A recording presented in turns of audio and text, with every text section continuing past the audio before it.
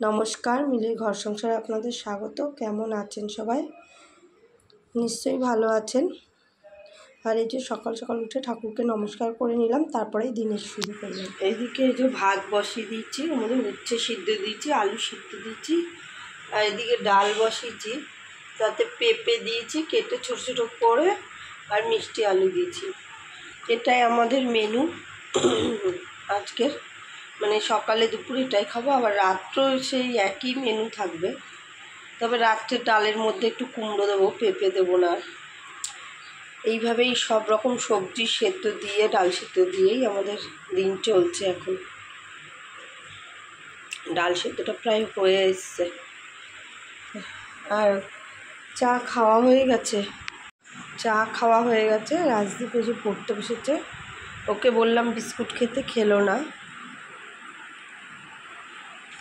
ওর ভালো লাগছে না বলে এখন ওই যে লিখছে।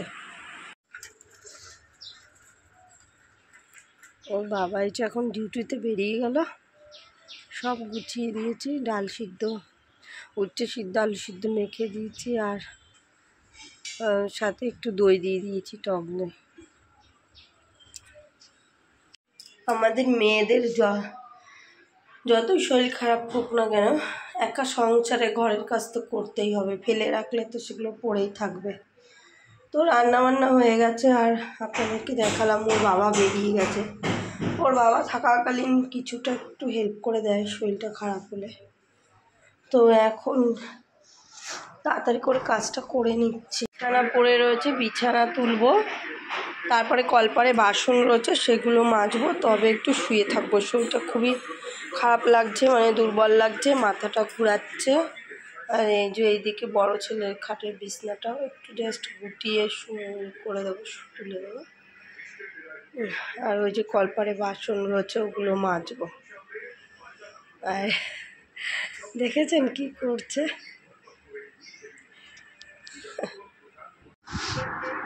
সকালে খাওয়া দাওয়া হয়ে গেছে, খুবই কাজকর্ম মোটামুটি সব হয়েছে।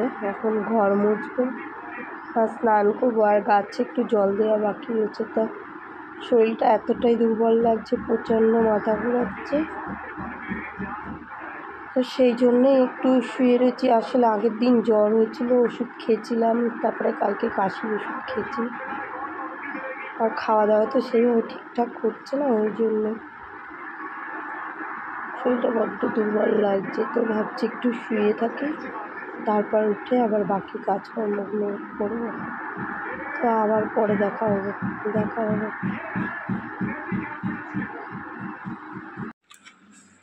এখন এই যে ডাবটা কেটে দিই বড় ছেলেকে, এখন বাজে দুপুর 12টা মতো। আর এই যে ডাবটা কেটে দিই, তারপরে ঘর মুছে যাব স্নান করতে। তো চলুন। আজকে এই যে বাবা ডাবগুলো কিনে দিয়েছে, জবের থেকে ছেলের শরীর খারাপ হচ্ছে শুনেছে, তো বলেছে আমি ডাব কিনে দিয়ে যাবো। ওর বাবাকে কিনতে না বলেছে, মানে আপনাদের দাদাভাইকে কিনতে না বলেছে। তো বাবা আজকে এই যে মানে বাড়ি যাওয়ার পথে এই ডাবগুলো কিনে দিয়ে গেছে তার নাতির জন্য। মানে এই অবস্থায় যেহেতু একটু ঠান্ডা জিনিস খেতে হয়, বিশেষ করে ডাবের জলটা, মানে এই পক্স হলে পরে কিন্তু খুবই উপকারী। ডাবের জলটা খুবই কাজ দেয় এই সময়টায়। তাই এই যে ডাব কিনে দিয়ে গেছে, বলেছে যে প্রত্যেক দিন ওকে একটা করে কেটে দিবি। আর সেই জন্যই আমি এখান থেকে ডাব নিয়ে প্রত্যেক দিন একটা করে ডাব ওকে কেটে দিই। স্নান করে চলে এসেছি, আর এখন যাচ্ছি খেতে। আর বড় ছেলে ওদিকে শুয়ে আছে, ওর শরীরটা আজকে খুবই খারাপ। তো যাই খাওয়া দাওয়া করে আসি। এখন অনেকটাই বেলা হয়ে গেছে, প্রায় 2:30টা মতো বাজে। আসলে আমি শুয়েছিলাম তো শরীরটা খারাপ লাগছিল, ওই জন্য দেরি হয়ে গেল একটু। আর ওদিকে ছোটো ছেলে স্নান করেছে অনেকক্ষণ আগেই, বসে কার্টুন দেখছিল। তো এবার যাই, চলুন খাওয়া দাওয়া করে আসি। বিকালে আবার ছোটো জনের ব্যায়াম আছে, ওকে তো দিয়ে আসে ওর দাদা ভাই, আর আমি নিয়ে আসতাম। তো এখন তো যেতে পারবে না, আমাকেই দিয়ে আসতে হবে, আর আমাকেই নিয়ে আসতে হবে। তো চলুন আবার পরে দেখা হবে। আমাদের পাশের বাড়ি, মানে আমাদের প্রতিবেশী, আমার ওই বান্ধবী, আমাদের ব্লগে অনেকবারই দেখেছেন, আমার ব্লগে ওকে। তো ওদের ছাদে না জারমুল হয়েছে, প্রচুর জারমুল হয়েছে। তো আজকে সবাইকে মানে আশেপাশের সবাইকে আমাদের দিয়ে গেছে এই 4টে করে জারমুল। আর এখন একটু শশা কেটে দেবো মনাকে, জিতকে মানে আমার বড় ছেলেকে। শশাটা কেটে নিয়ে চলুন। জামরুলটা খেলাম, এত সুন্দর খেতে আর মিষ্টি, সত্যি দারুণ জামরুলটা।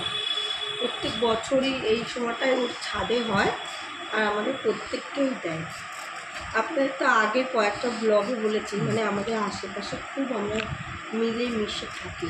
কোনো একটা সামান্য জিনিস হলেও গাছে বা সামান্য একটু ঘরে পুজো দিলেও আমরা সবাই একে অপরকে মিলেমিশে সেটা ভাগ করে খাই। আসলে এই খাওয়াটা বড় কথা না, এই যে মিলেমিশে থাকাটা, এই আনন্দটাই আমার কাছে মনে হয় সবথেকে বড়। যে এখন আমি শশা খাচ্ছি।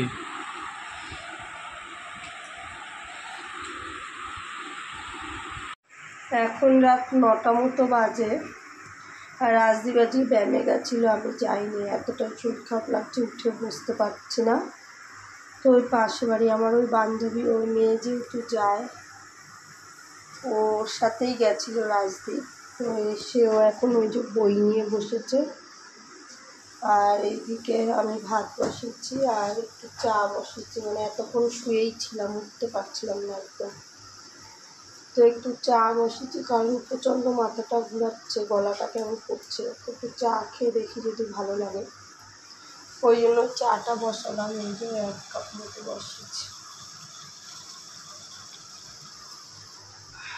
তো আজকের ভিডিওটা এখানেই শেষ করলাম। যদি ভালো লেগে থাকে তাহলে please like, comment, share, subscribe করবেন। আর ফেসবুক পেজে দেখলে পেজটাকে ফলো করে দেবেন। সুস্থ থাকবেন, ভালো থাকবেন।